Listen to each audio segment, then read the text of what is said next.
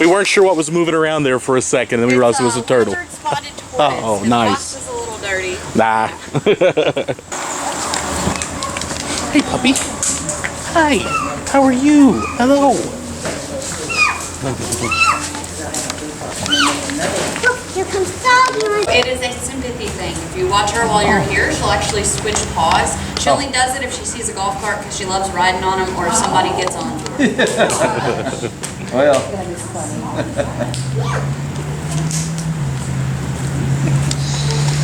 Has a doggy spot?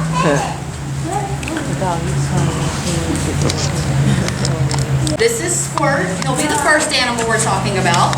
Now, Squirt is a leopard-spotted tortoise. These guys are native to Africa. You'll find them in the central and southern regions. Is anybody here a fan of or familiar with the television show The Walking Dead? So, season 2, you can actually see a leopard-spotted tortoise making its way across a meadow in Atlanta.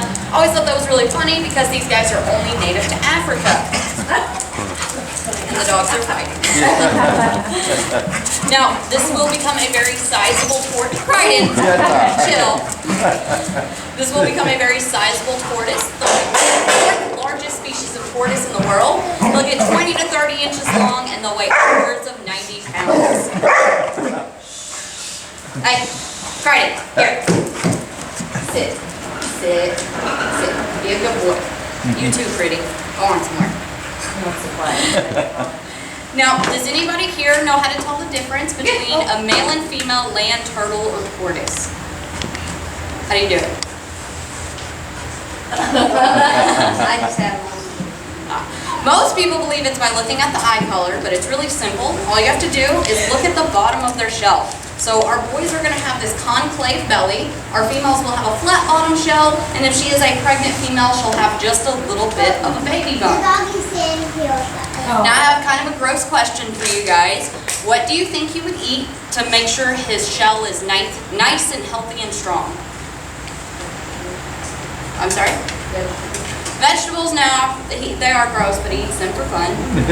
Same with worms and insects. Any other guesses? Rocks or minerals. I'm sorry? Rocks or minerals. No, but you're getting closer. Anybody? Thank you. Anybody else? He will actually eat hyena scat and dead bones from animal carcasses, all of which he will gather calcium from, and it will make the shell nice and pretty and strong. Now, these do something similar to a camel. They have what's called a bursa sac that they store water in, so they can go all winter long without finding a drop of water and still stay hydrated and survive through that bursa sac. You're going to find these guys in savanna lands, grasslands, brushlands, deserts, pretty much area with not much rain, and that affects their coloring too. You notice their coloring is a really light yellow, kind of brownish color. This is going to blend in with all the dead grass and the dry habitat that you're going to find them in. Now, do you guys know what the difference between a turtle and a tortoise is? Very easy to tell. So your turtles have the ability to move this bottom part of their shell, and they can completely enclose themselves in the shell. And so that shell is pretty much all of their protection from predators. Your tortoises don't have the ability to move that. So for added protection, all of these little bumpy spikes on them are called spurs, and they're going to pull their spurs in front of their face, and anytime a predator comes up and tries to do them harm, those spurs are going to poke them, and hopefully the predator will back away. Now, there's not much research on the lifespan of these guys, but scientists have guesstimated that they can live around 100 years old, but typically they'll pass away around age 50. And Squirt's only 13, so he does have a long life ahead of him. Do you guys have any questions about him? Anything y'all want to know?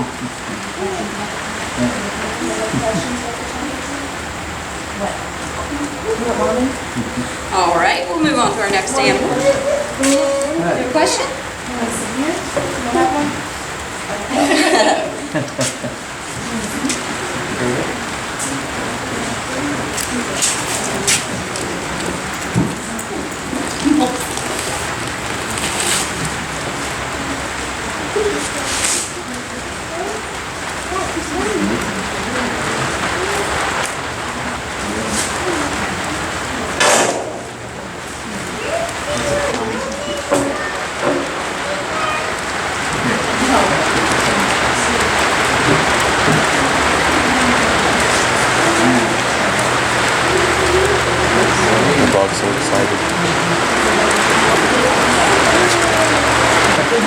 Oh.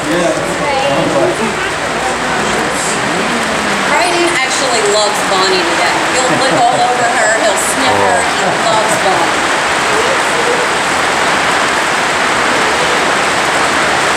So this is Bonnie, and she is our tiger-striped Loma python.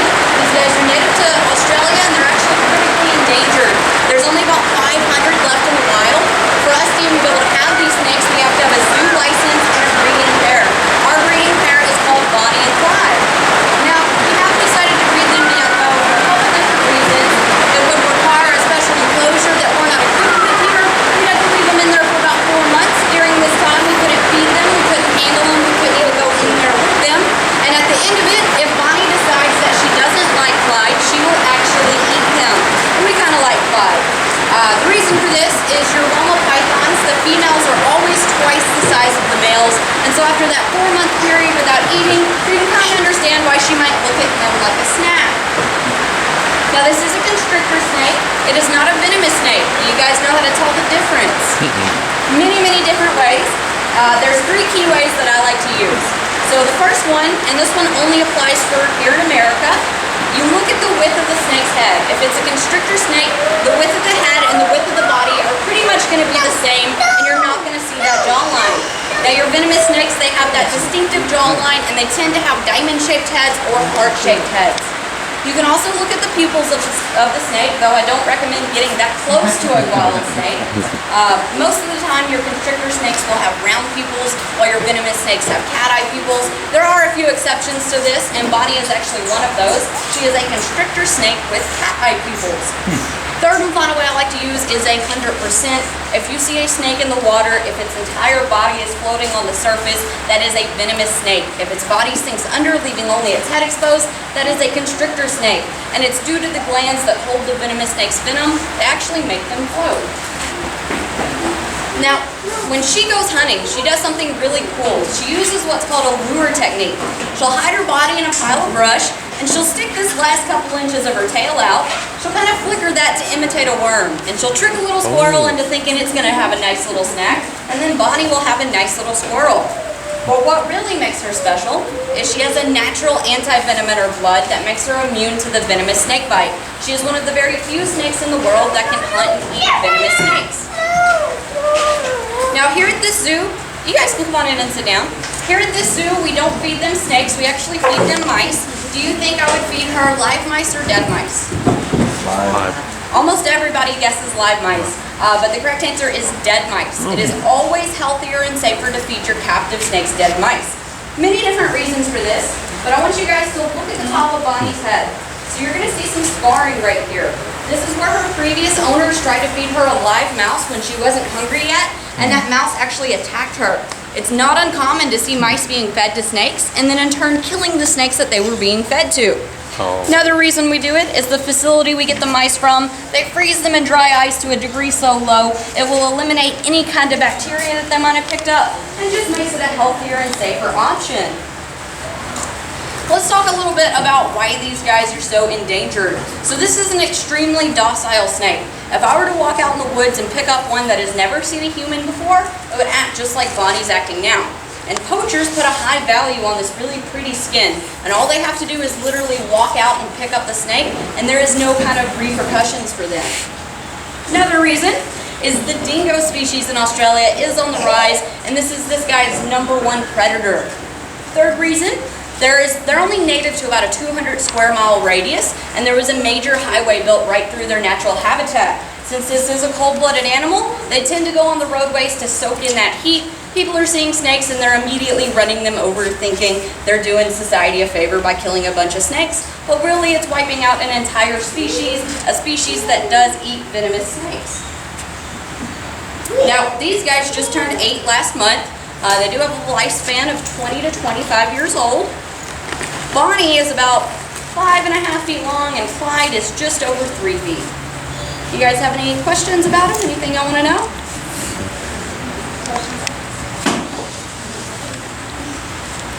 Would anybody like to hold Bonnie? All right, so a few things first. So Squirt is in this box here. Come up, touch him all over the shell. You can touch his hind legs and his front legs if you're careful. Just be careful of his face. He's never bit anybody before, but he does have that ability to. I'm gonna stand up here with Bonnie. If you want to hold Bonnie, come in a single file line, and I'm gonna stick her over your shoulders. That way I know you won't drop her. Feel free to touch her anywhere you like other than directly on the face. Any questions? Oh, I'm actually gonna go up on the stage. You guys can come on up if you'd like.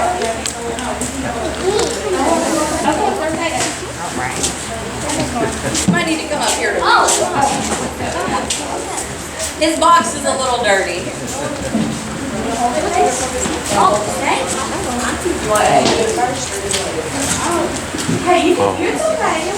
Okay, I'll help you. She's nice. You want me to help you? All right. Now just stand perfectly still. Right. Stay still. I like your necklace.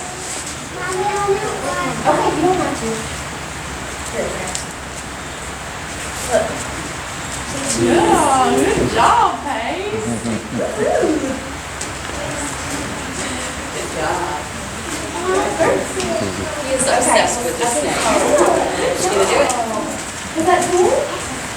Look, babe. Good for your head. Sit. Sit. We're gonna see the snake. Sit. Okay, Paige. Come on, Paige. Now we're down.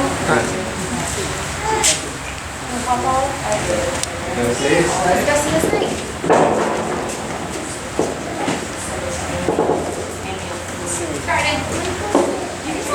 I like your necklace, Paige. hey Kyla, if you go up there and put the snake on you, we'll drive you around a little bit today. I don't know. I was trying to, we won't make you walk. I have to put it over your shoulders. You're like, wait a second, I drove here. Shoulders is a rule. Come on, you do. Come on. Now she may look at you, she may slither on you, she's just trying to get an idea of who's holding her. And then we are warm and she is cold. Yep. 2,500 of them. Let's get your picture with that snake, and then we'll send it to my sister, your mom. Come on. Are you going up there? Okay. Will you get a picture of her? Okay.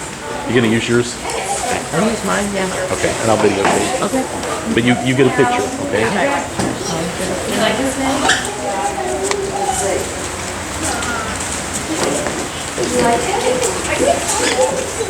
I haven't brought him to work in about 3 months, so he's full of excitement. I will take that. Oh, you're good. Thanks.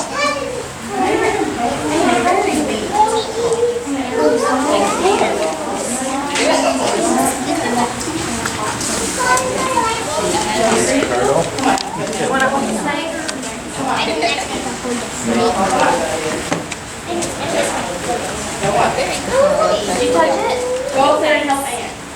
She is actually into her second shed. She has shed 2 times in a row. All of this is what's left over from the last shed.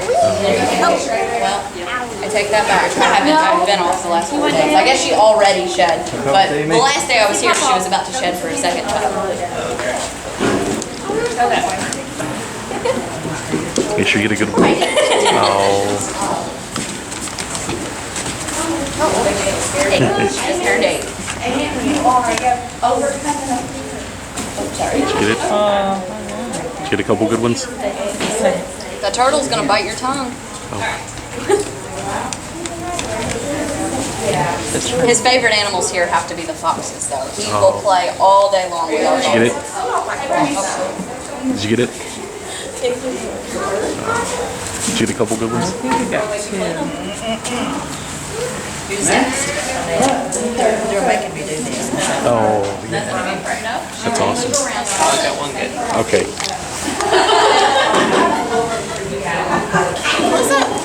Hey, hello. Thank you. That's quite a treat that there's so few of them and stuff, you know. Prettiest part on these snakes is right here underneath the head.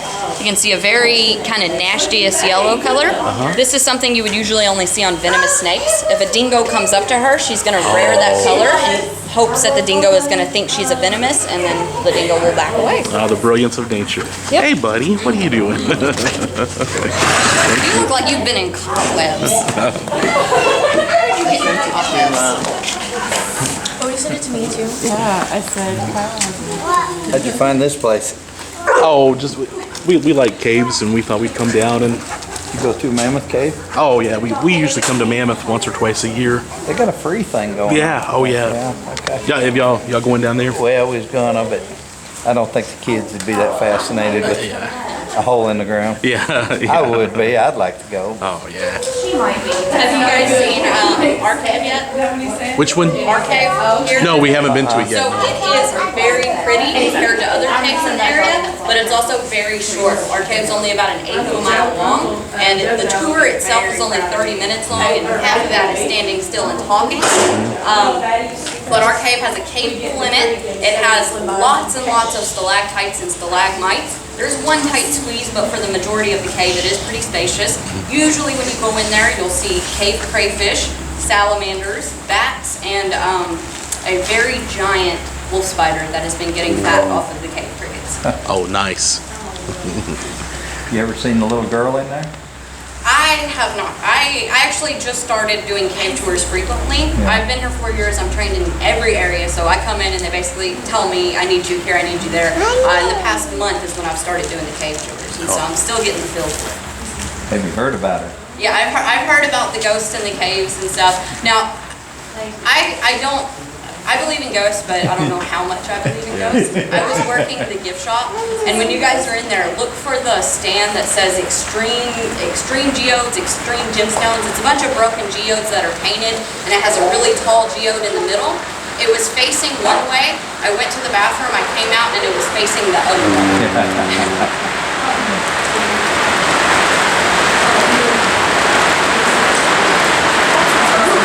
Well, Bonnie was the last animal. Thank you all for coming out. I hope you enjoyed the show, and I hope you enjoy the rest of your day. And if you guys would like to take shelter in here, then I'm more than happy. Thank you.